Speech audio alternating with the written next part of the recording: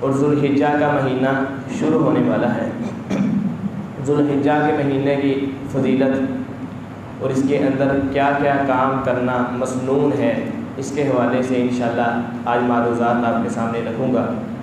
اس دعا کے ساتھ اللہ سنا کے مجھے، آپ کو، ہم سب کو عمل کی توفیق نصیب فرمائے۔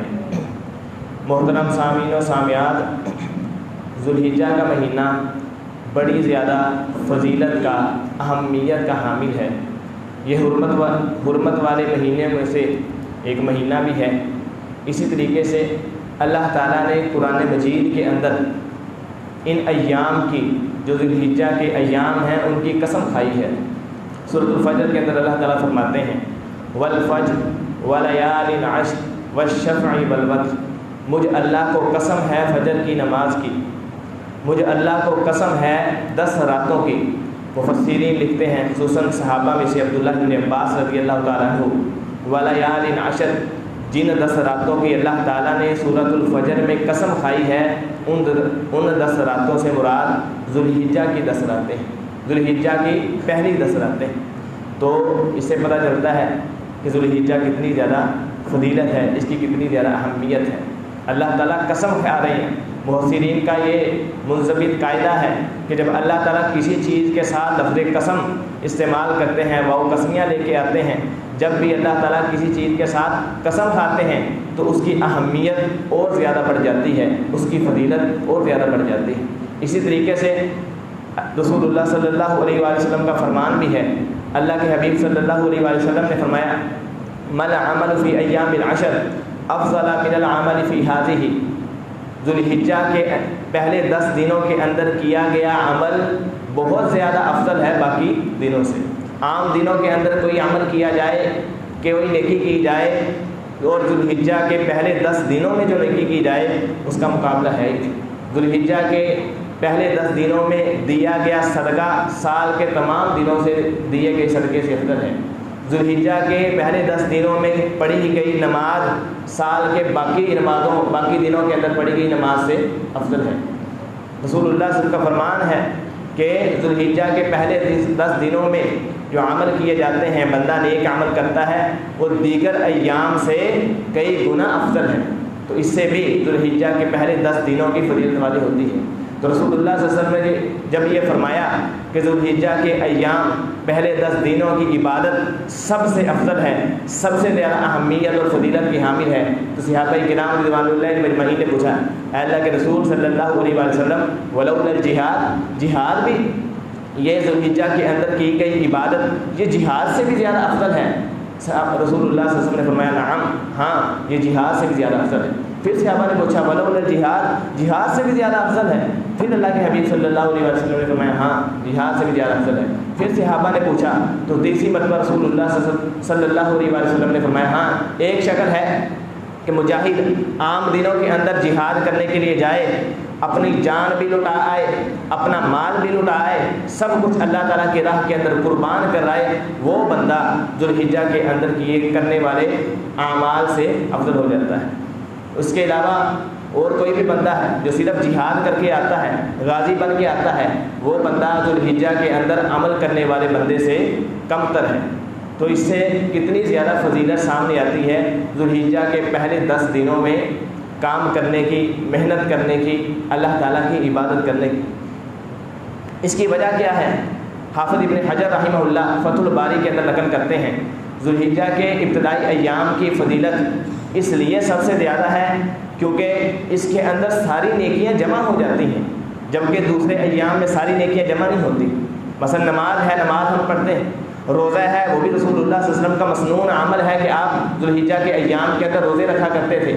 صدقہ ہے وہ بھی دینا چاہیے، زکوٰۃ ہم دے سکتے ہیں، صدقہ دے سکتے ہیں، اور حج ہے وہ بھی اس کے اندر آ جاتا ہے۔ اب جبکہ سابقہ ایام، پچھلے ایام، دیگر ایام جو ہیں ان کے اندر باقی نیکیاں تو جمع ہو سکتی ہیں، ہم روزہ رکھ سکتے ہیں، نماز پڑھ سکتے ہیں، توحید و رسالت کا اقرار ہے، زکوٰۃ دے سکتے ہیں، صدقہ دے سکتے ہیں، لیکن حج اس کے اندر نہیں آتا، قربانی اس کے اندر نہیں آتی۔ تو ذوالحجہ میں حج بھی ہے، قربانی بھی ہے، نماز بھی ہے، صدقہ بھی ہے، روزہ بھی ہے۔ تو حافظ ابن حجر رحمہ اللہ فتح الباری کے اندر فرماتے ہیں ذوالحجہ کی فضیلت اس لیے زیادہ ہے اس کے اندر ساری نیکیاں، ساری بڑی بڑی عبادات اکٹھی ہو جاتی ہیں، جمع ہو جاتی ہیں، اس وجہ سے اس کی فضیلت بہت زیادہ ہے، اس وجہ سے ذو الحجہ کے ابتدائی ایام کا مقام بہت زیادہ ہے، اس کے اندر کیا گیا عمل دوسرے دنوں میں کیے گئے عمل سے بہت زیادہ افضل ہے اور زیادہ اہمیت کا حامل ہے۔ تو اس کے اندر کیا کام کرنے چاہیے؟ رسول اللہ صلی اللہ علیہ وسلم کیا کیا کرتے تھے؟ سب سے پہلے نمبر پر کثرت کے ساتھ اللہ تعالیٰ کا ذکر کرنا چاہیے۔ قرآن مجید کے اندر اللہ تعالیٰ نے حکم دیا ہے، اللہ تعالیٰ فرماتے ہیں وَيَذْكُرُ اللَّهَ وَيَذْكُرُ اسْمَ اللَّهِ فِي أَيَّامٍ مَعْلُومَاتٍ، لوگوں کو چاہیے کہ معلوم دنوں میں مجھ اللہ کو یاد کریں، معلوم دنوں میں مجھ اللہ کا ذکر کریں۔ تو صحیح بخاری کے اندر اس کی تفسیر عبداللہ ابن عباس رضی اللہ تعالیٰ عنہ سے ہے، صحیح بخاری میں ہے، عبداللہ ابن عباس رضی اللہ تعالیٰ عنہ فرماتے ہیں اس آیت کی تفسیر کرتے ہوئے کہ قرآن مجید میں جو آیا ہے کہ معلوم دنوں کے اندر مجھے اللہ کا ذکر کرو، عبداللہ ابن عباس رضی اللہ تعالیٰ فرماتے ہیں معلوم دنوں سے مراد ذو الحجہ کے پہلے 10 دن ہیں۔ تو اس سے پتہ چلا تو ذو الحجہ کے پہلے 10 دنوں میں ذکر کرنا بہت زیادہ افضل ہے، اور اللہ تعالیٰ نے ذو الحجہ کے دنوں میں ذکر کرنے کا حکم دیا ہے۔ تو ہمیں یہ چاہیے کہ کثرت کے ساتھ ذو الحجہ شروع ہو جائے، اپنی زبان کو ذکر کے ساتھ تر رکھیں، اپنی زبان پر سبحان اللہ، الحمدللہ، لا الہ الا اللہ، واللہ اکبر، لا حول ولا قوت الا باللہ، ان اذکار کو لے کے آئیں۔ لا حول ولا قوت الا باللہ ہی کنز من کنوز الجنہ، اللہ کے رسول صلی اللہ علیہ وسلم کا فرمان ہے لا حول ولا قوت الا باللہ یہ جنت کے خزانوں میں سے ایک خزانہ ہے۔ جو بندہ لا حول ولا قوت الا باللہ پڑھ لے گویا کہ اس کو جنت کا بہت زیادہ خزانہ مل گیا ہے۔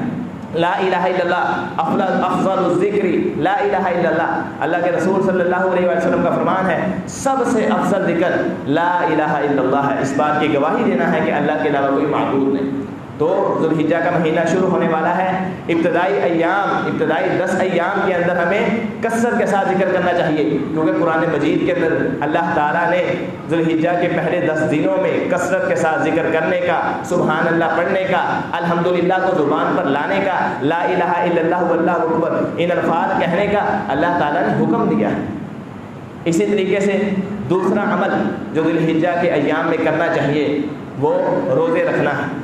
پہلے 9 دنوں کے روزے رکھنا، یکم ذو الحجہ سے لے کر 9 ذی الحجہ تک لگاتار 9 روزے، پہلے 9 روزے رکھنا یہ رسول اللہ صلی اللہ علیہ وسلم کی سنت سے ثابت ہے۔ اللہ کے رسول صلی اللہ علیہ وسلم ذو الحجہ کے پہلے 9 دنوں کا روزہ رکھا کرتے تھے، صحابہ کرام رضوان اللہ اجمعین بھی رکھا کرتے تھے۔ سنن نسائی کے اندر حدیث آتی ہے امام کل کائنات جناب محمد رسول اللہ صلی اللہ علیہ وسلم کی بیگم آپ صلی اللہ علیہ وسلم کی بیوی حفصہ رضی اللہ تعالی عنہ فرماتی ہیں کہ 3 عمل اللہ کے حبیب صلی اللہ علیہ وسلم کبھی نہیں چھوڑا کرتے تھے۔ 3 عمل رسول اللہ صلی اللہ علیہ وسلم کبھی ترک نہیں کیا کرتے تھے۔ سب سے پہلے نمبر پر ذو الحجہ کے پہلے 9 روزے، رسول اللہ صلی اللہ علیہ وسلم 9 روزوں کو، ذو الحجہ کے پہلے 9 روزوں کو کبھی ترک نہیں کیا کرتے، ہمیشہ رکھا کرتے تھے۔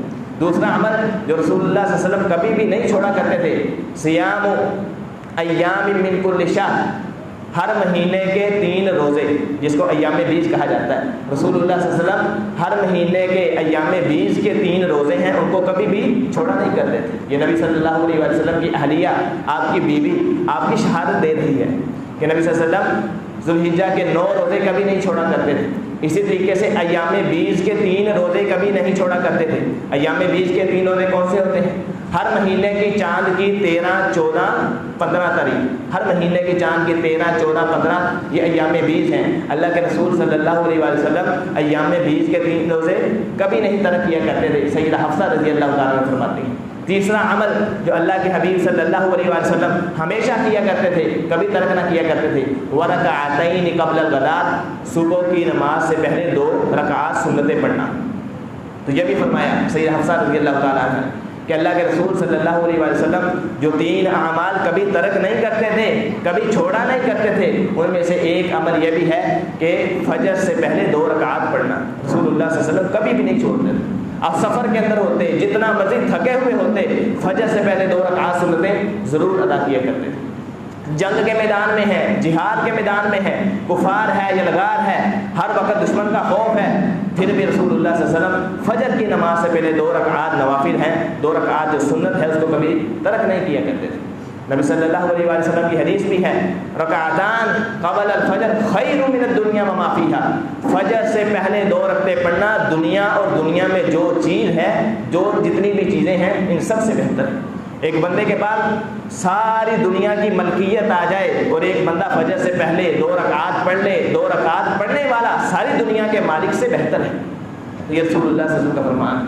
تو سیدہ حفصہ رضی اللہ تعالیٰ عنہ نے رسول اللہ صلی اللہ علیہ وسلم کے 3 اعمال بتائے کہ اللہ کے حبیب صلی اللہ علیہ وآلہ وسلم 3 عمل کبھی ترک نہیں کیا کرتے تھے، کبھی چھوڑا نہیں کرتے تھے۔ سنن نسائی کی صحیح حدیث ہے، سب سے پہلے نمبر پر ذوالحجہ کے پہلے 9 روزے، دوسرے نمبر پر ہر مہینے کے ایام بیج کے یعنی چاند کے 13، 14، 15 کے روزے، تیسرے نمبر پر فجر سے پہلے 2 رکعات پڑھنا۔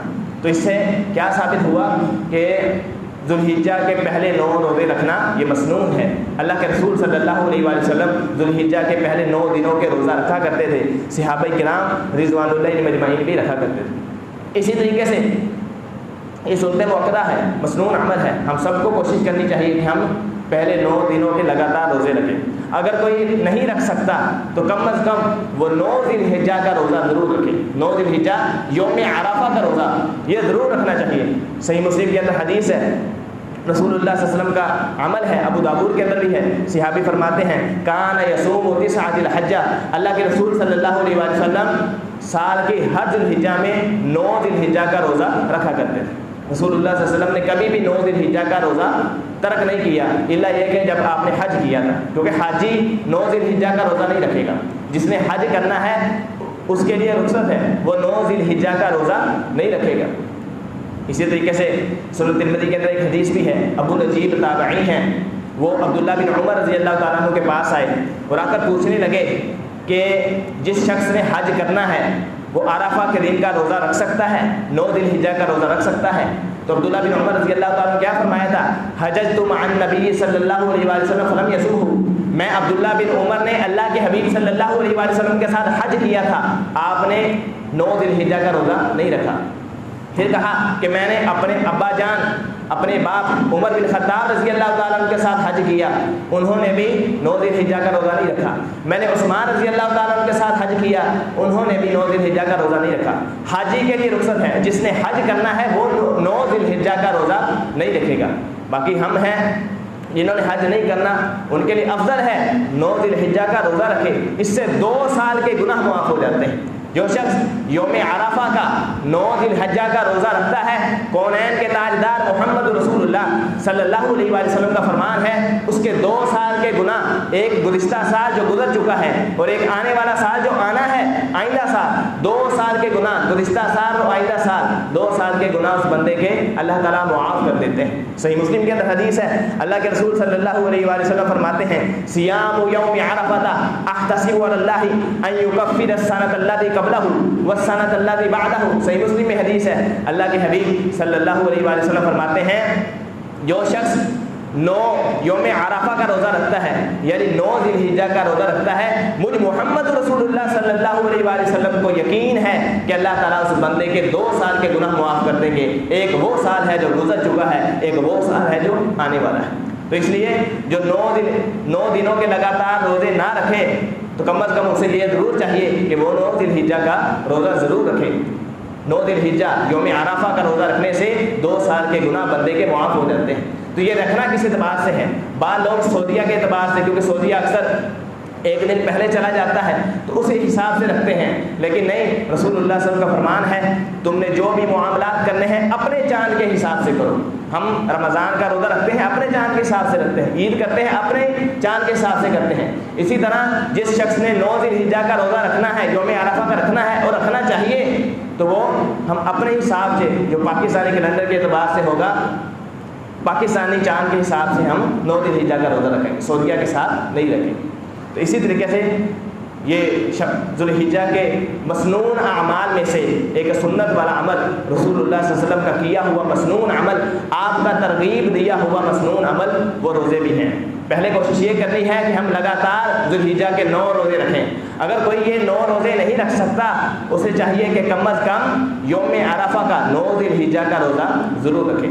اسی طریقے سے تیسرا عمل ذوالحجہ کا مسنون عمل وہ تکبیرات کہنا ہے. تکبیرات عید جو ہم پڑھتے ہیں، اللہ اکبر اللہ اکبر، لا الہ الا اللہ واللہ اکبر، اللہ اکبر وللہ الحمد، اللہ اکبر کبیرہ والحمد للہ کثیرہ وسبحان اللہ بکرۃ واصیلا.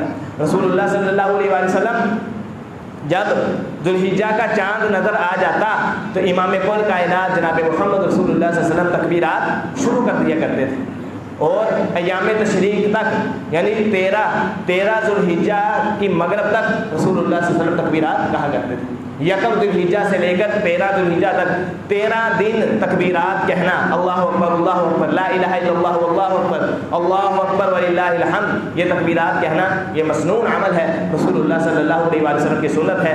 صحابہ کرام رضوان اللہ علیہم اجمعین بھی یہ تکبیرات پڑھا کرتے تھے، بلکہ صحیح بخاری کے اندر آتا ہے کان ابن عمر و ابو ہریرہ، عبداللہ بن عمر رضی اللہ تعالیٰ عنہ اور ابو ہریرہ رضی اللہ تعالیٰ عنہ دونوں صحابی رسول یخرجان الی السوق، یہ دونوں ذوالحجہ کا چاند نظر آ جاتا دونوں بازاروں میں چلے جاتے، بازاروں میں جا کر اونچی آواز سے اللہ اکبر لا الہ الا اللہ واللہ اکبر، اللہ اکبر وللہ الحمد یہ تکبیرات پڑھتے، تو لوگ انہیں دیکھ کر وہ بھی تکبیرات پڑھنا شروع کر دیتے. تو اس سے کیا پتہ چلا کہ ذوالحجہ کا چاند نظر آ جائے فوراً تکبیرات پڑھنا اور 13 دن لگاتار تکبیرات پڑھنا یہ رسول اللہ صلی اللہ علیہ وآلہ وسلم کی سنت سے ثابت ہے. بلکہ قرآن مجید کے اندر اللہ تعالیٰ نے اس کا تذکرہ کیا ہے. قرآن مجید میں اللہ تعالیٰ فرماتے ہیں وَاذْكُرُوا اللَّهَ فِي أَيَّامٍ مَعْدُودَاتٍ، گنے چنے دنوں میں مجھے اللہ کو یاد کرو، میرا ذکر کرو. اس کی تفسیر عبداللہ ابن عباس رضی اللہ تعالیٰ نے یہی فرمائی ہے کہ ذوالحجہ کے اندر اللہ تعالیٰ نے قرآن میں جو کہا ہے نا کہ گنے ہوئے دنوں میں مجھے اللہ کو یاد کرو، میرا ذکر کرو، عبداللہ بن عباس رضی اللہ تعالیٰ فرماتے ہیں اس سے مراد ذوالحجہ کی تکبیرات ہیں. ذوالحجہ کے مہینے میں جو تکبیرات کہنا ہے وہ یہ مراد ہے. تو 3 اعمال ذوالحجہ کے مسنون آپ کے سامنے رکھے ہیں. سب سے پہلے نمبر پر تکبیرات کہنا ہے، چاند نظر آ جائے تکبیرات شروع کر دینی ہے اور چاند کی 13 تاریخ تک تکبیرات کہنی ہے. دوسرا مسنون عمل 9 مسنون روزے رکھنا ہے، ذوالحجہ کے 9 روزے رکھنا ہے لگاتار. اگر کوئی یہ نہیں رکھ سکتا کم از کم یوم عرفہ کا روزہ ضرور رکھیں، اس سے 2 سال کے گناہ معاف ہو جاتے ہیں. اسی طریقے سے تیسرا عمل جو آپ کے سامنے رکھا وہ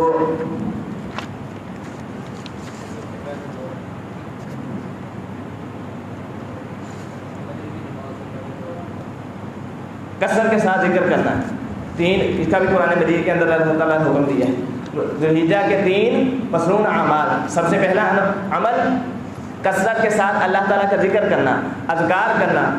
10 دن واذکروا اللہ فی ایام معلومات، 10 دن لگاتار کثرت کے ساتھ ذکر کرنا. ایک یہ مسنون عمل ہے. دوسرا مسنون عمل 9 روزے رکھنا ہے. تیسرا مسنون عمل ذوالحجہ کے 13 دن لگاتار تکبیرات پڑھنا ہے. اسی طریقے سے ایک اور عمل قربانی ہے جو ذوالحجہ کے اندر کی جاتی ہے. تو اس کے حوالے سے 2 طرح کی رائے ہے کہ کیا یہ فرض ہے یا سنت مؤکدہ ہے. اس کے بارے میں اختلاف ہے کہ قربانی کرنا فرض ہے یا سنت مؤکدہ ہے. 2 طرح کے گروہ ہیں. ایک گروہ علماء کا یہ کہتا ہے کہ سنت مؤکدہ ہے، سنت ہے اور ایسی سنت ہے اس کی بڑی تاکید کی گئی ہے. حتی الامکان کوشش کرنی چاہیے کہ بندہ قربانی کرے، قربانی خریدے، اللہ کی راہ میں جانور کو قربان کرے. لیکن اگر کوئی نہیں کر سکتا تو نہ کرے، اگر کسی کا دل نہیں چاہتا وسعت بھی ہے تو نہ کرے. ایک گروہ سنت مؤکدہ کہتا ہے. دوسرا گروہ علماء کا اس کو صاحب استطاعت پر فرض مانتا ہے. جیسے زکوٰۃ صاحب استطاعت پر فرض ہے جس کو نصاب تک پہنچے، جیسے حج صاحب استطاعت پر فرض ہے جس کے پاس استطاعت ہو وہ حج کرے. اسی طریقے سے ایک گروہ علماء کا کہتا ہے کہ جو شخص قربانی کرنے کی استطاعت رکھتا ہے اس پر فرض ہے، لازم ہے کہ وہ قربانی کرے. اور اس کے بہت سارے دلائل بھی ہیں.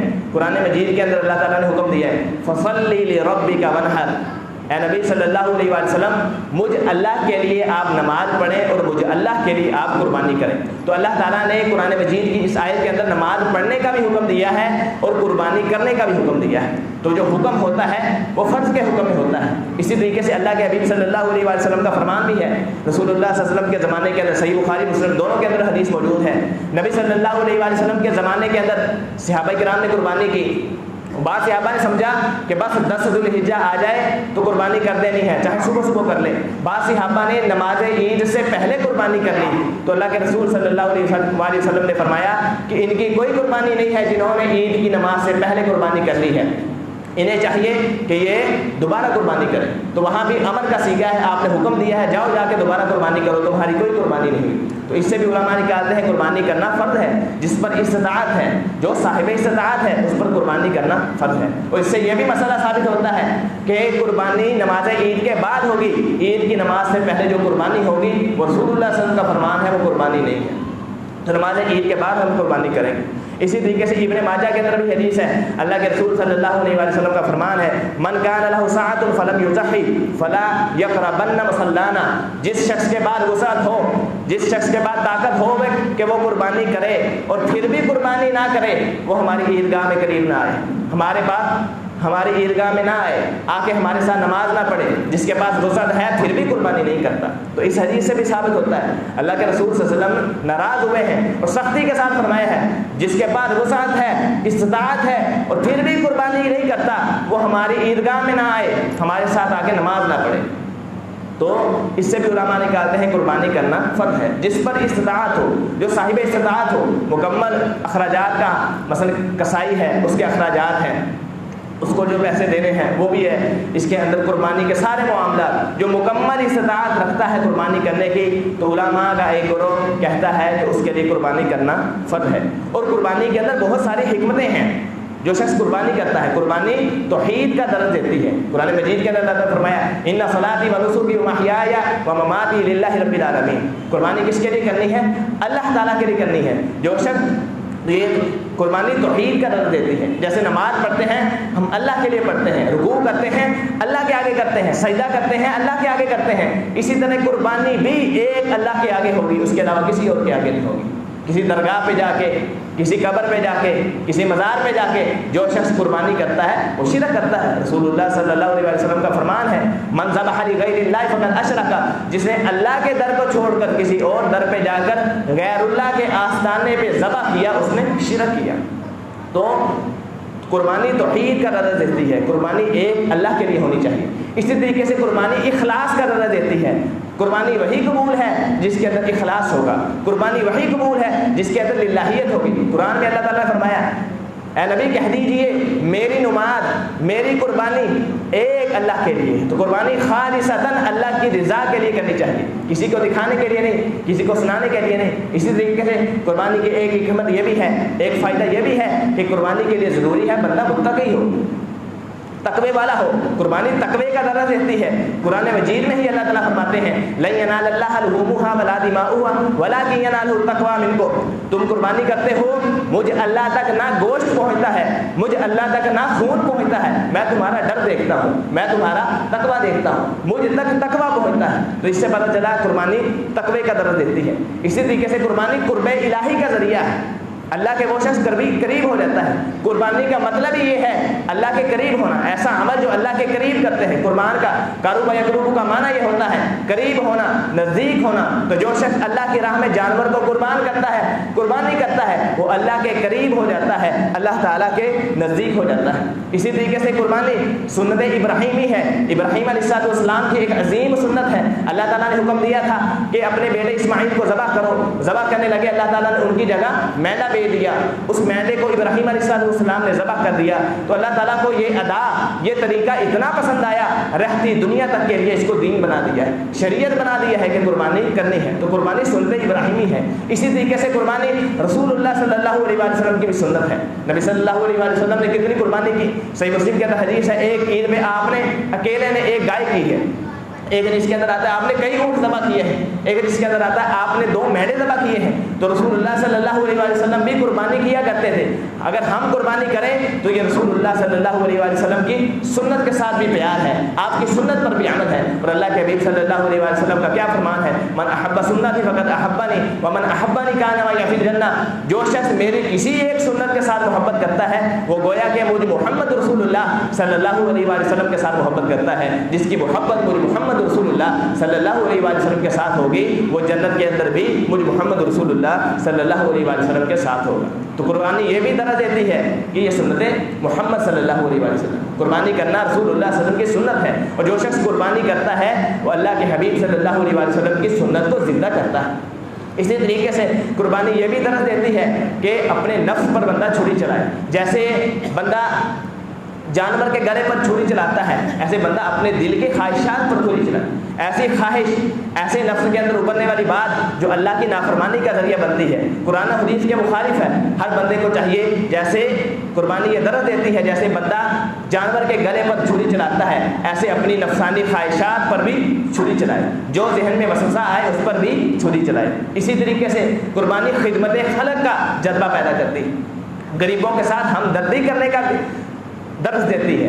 قرآن مجید کے اندر اللہ تعالیٰ نے فرمایا فَكُلُوا مِنْهَا وَأَطْعِمُوا الْقَانِعَ وَالْمُعْتَرَ، قربانی کرو اس گوشت میں سے، خود بھی کھاؤ اور تنگ دستوں کو بھی کھلاؤ، غریبوں کو کھلاؤ، فقیروں کو کھلاؤ، جن کے پاس کچھ نہیں ہے ان کو بھی جا کے کھلاؤ۔ تو قربانی خدمت خلق کا درس دیتی ہے، اللہ کی راہ میں بانٹنے کا درس دیتی ہے، خدمت خلق کا، ہمدردی کا، پیار کا، دوسرے مسلمانوں کے ساتھ محبت کا درس دیتی ہے۔ اسی طریقے سے قربانی شکر کا درس دیتی ہے۔ قرآن مجید کے اندر فرمایا تم قربانی کرو اور گوشت کھاؤ اور مجھے اللہ کا شکر ادا کرو۔ اس طریقے سے قربانی شکر کا درس دیتی ہے۔ اسی طریقے سے قربانی اپنے آپ کو اللہ تعالیٰ کی راہ کے اندر قربان کرنے کا درس دیتی ہے۔ جیسے ہم قربانی کرتے ہیں، جانور ذبح کرتے ہیں، ہمارے اندر ذہن کے اندر یہ بات ہونی چاہیے، اے اللہ اگر وقت آیا اپنے آپ کو قربان کرنے کا، ہم تیری راہ میں اپنے آپ کو بھی قربان کر دیں گے۔ تو قربانی اللہ تعالیٰ کی راہ میں اپنے آپ کو بھی قربان کرنے کا درس دیتی ہے۔ تو قربانی کے لیے شرائط کیا ہے؟ جس شخص نے قربانی کرنی ہے اس کے لیے 2 شرطیں ہیں۔ پہلی شرط صحیح العقیدہ ہو، جو بندہ چاہتا ہے کہ میں قربانی کروں، اس کے لیے پہلی شرط یہ ہے کہ اس کا عقیدہ صحیح ہو، وہ توحید و رسالت میں پختہ ہو۔ اور دوسری شرط اس کے لیے یہ ہے کہ جو شخص قربانی کرنا چاہتا ہے، رسول اللہ صلی اللہ علیہ وسلم کا فرمان ہے ذوالحجہ کا چاند شروع ہو جائے، نہ اس کے بعد اپنے ناخن کاٹے، نہ اس کے بعد اپنے بال کاٹے۔ اللہ کے رسول صلی اللہ علیہ وسلم کا فرمان ہے صحیح مسلم کے اندر اذا رأیتم ہلال ذی الحجہ واراد ان یضحی فلیمسک عن شعرہ واظفارہ، جو شخص قربانی کرنا چاہتا ہے، جس شخص نے قربانی کرنی ہے اور ذوالحجہ کا چاند شروع ہو گیا ہے، ذوالحجہ کا مہینہ، ذوالحجہ کا چاند نظر آ گیا ہے، ذوالحجہ کا مہینہ شروع ہو گیا ہے، نہ وہ اپنے بال کاٹے جسم کے کسی بھی حصے کے، اور نہ وہ اپنے ناخن کاٹے۔ تو اس سے ہمیں چاہیے کہ ہم ذوالحجہ شروع ہونے سے پہلے اپنے ناخنوں کو بھی کاٹ لیں اور اپنے بالوں کو بھی کاٹ لیں۔ تو یہ 2 شرطیں علماء بیان کرتے ہیں اس شخص کے لیے جو قربانی کرنا چاہتا ہے۔ اور جب قربانی ہو جائے گی، قربانی کرنے کے بعد اپنے ناخنوں کو، اپنے بالوں کو کاٹے گا۔ اسی طریقے سے جس کی قربانی کرنی ہے وہ جانور کیسا ہونا چاہیے؟ سب سے پہلے نمبر پر وہ بہیمۃ الانعام میں سے ہونا چاہیے۔ قرآن مجید کے اللہ تعالیٰ فرماتے ہیں وَلِكُلِّ أُمَّةٍ جَعَلْنَا مَنسَكًا لِيَذْكُرُوا اسْمَ اللَّهِ عَلَىٰ مَا رَزَقَهُم مِّن بَهِيمَةِ الْأَنْعَامِ۔ یہ قربانی کا طریقہ ہم نے امت محمدیہ پر ہی نہیں چلایا، پہلی امتوں پر بھی ہم نے قربانی کو فرض کیا تھا۔ اور قربانی کس میں سے کرنی ہے؟ من بہیمۃ الانعام، بہیمۃ الانعام جانوروں میں سے کرنی ہے۔ بہیمۃ الانعام جانور کون سے ہیں؟ قرآن مجید کے اندر ہی اللہ تعالیٰ دوسری جگہ فرماتے ہیں ثمانیۃ ازواج من الضأن اثنین ومن المعز اثنین ومن الابل اثنین ومن البقر اثنین۔ یہ 4 طرح کے جانور بہیمۃ الانعام ہیں۔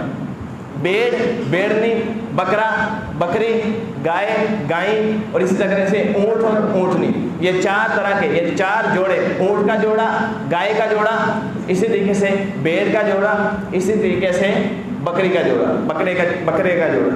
تو یہ 4 طرح کے بہیمۃ الانعام جانور ہیں، ان میں سے جانور قربانی کی جائے گی۔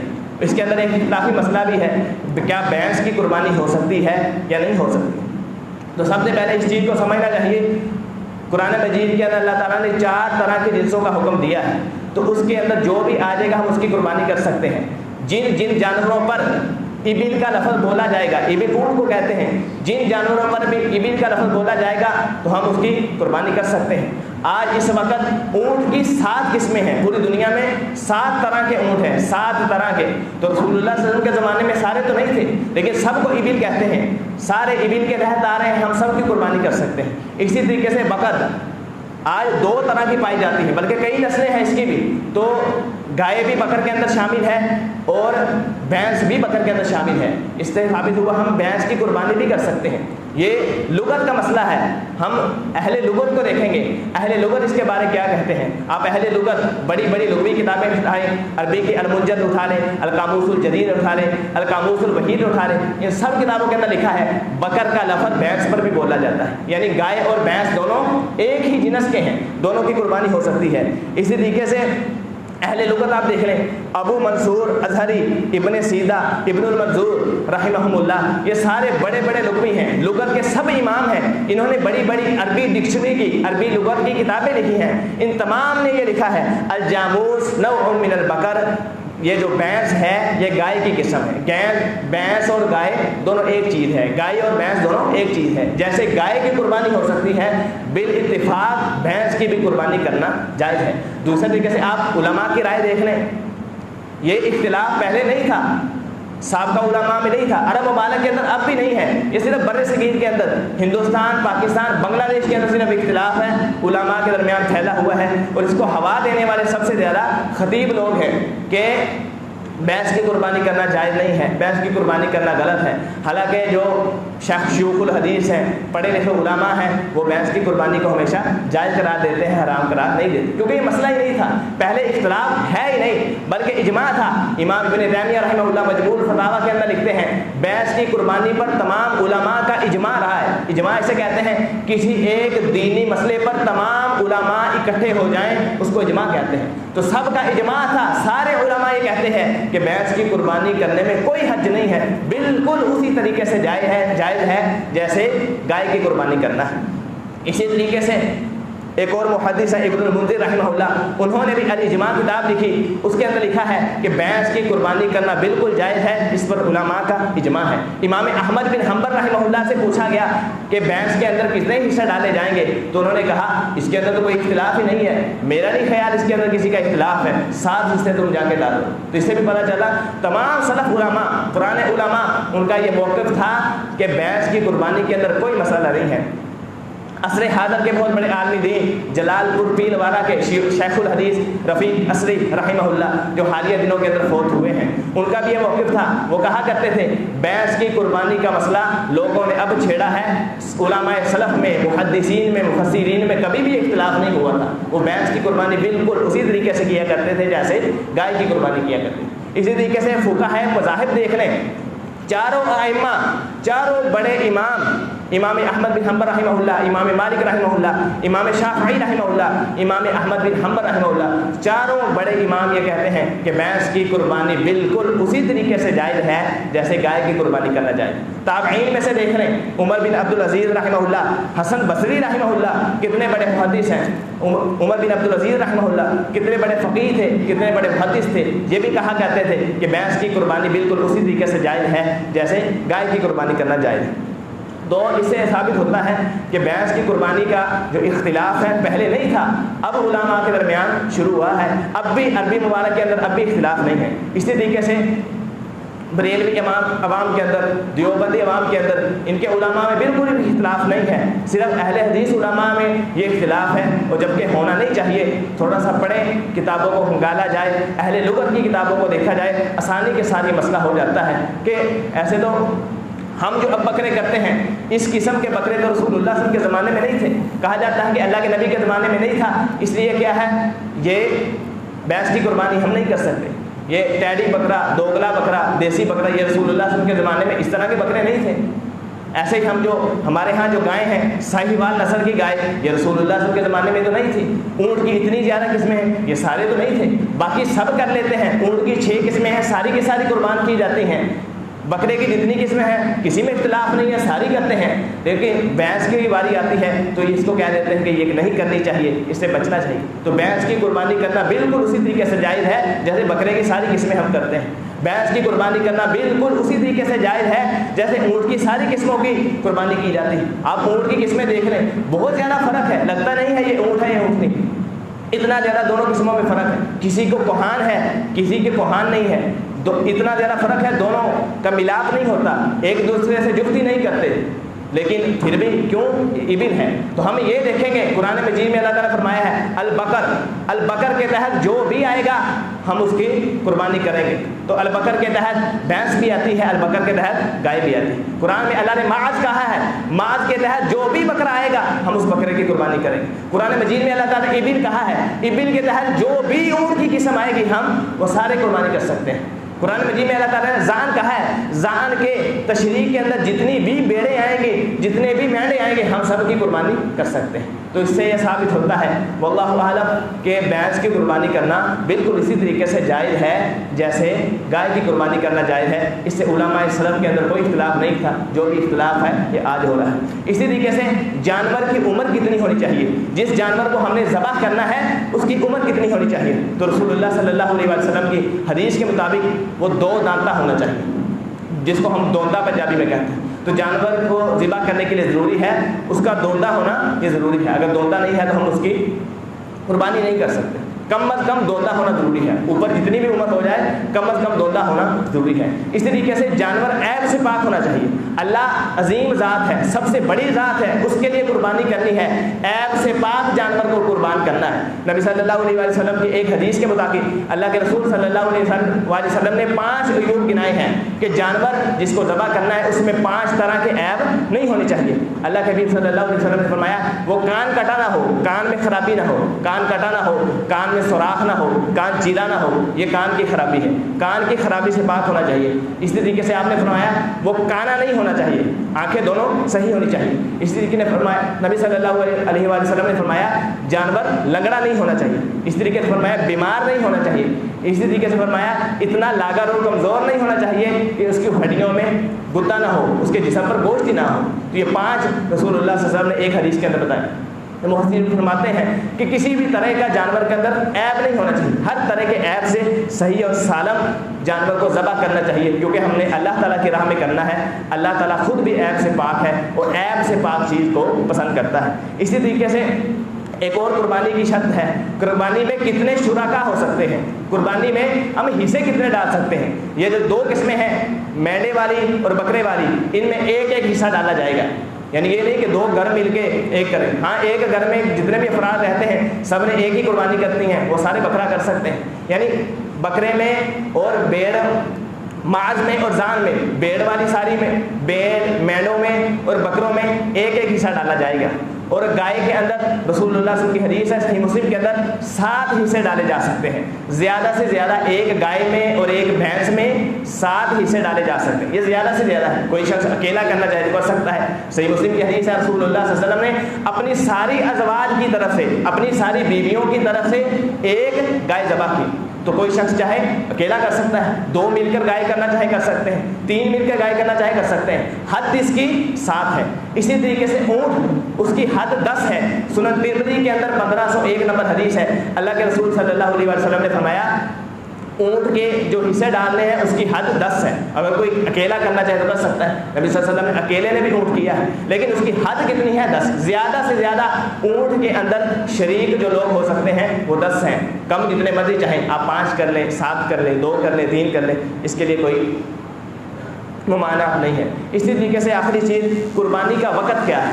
عید کی نماز سے پہلے قربانی کرنا جائز نہیں ہے، اگر کوئی کر لے اس کی قربانی نہیں۔ صحیح مسلم کی حدیث ہے، رسول اللہ صلی اللہ علیہ وسلم نے فرمایا عید کی نماز کے بعد قربانی کو ذبح کرنا ہے، تو وہ کیا ہے 10 ذو الحجہ یوم النحر، عید کی نماز کے بعد سے قربانی لے کر 13 ذو الحجہ کی مغرب تک، 13 ذو الحجہ کی مغرب، تو یہ تقریباً 4 دن بنتے ہیں، 4 دن قربانی کر سکتے ہیں۔ لیکن سب سے افضل دن جس میں قربانی کرنی ہے، صحیح بخاری میں حدیث ہے، وہ 10 ذو الحجہ ہے، یوم النحر ہے، عید کا پہلا دن ہے۔ ورنہ عید کا پہلا دن 10 ذو الحجہ، 11 ذو الحجہ، 12 ذو الحجہ اور 13 ذو الحجہ کے سورج غروب ہونے تک قربانی ہو سکتی ہے، یہ صحیح مسلم کے اندر حدیث ہے۔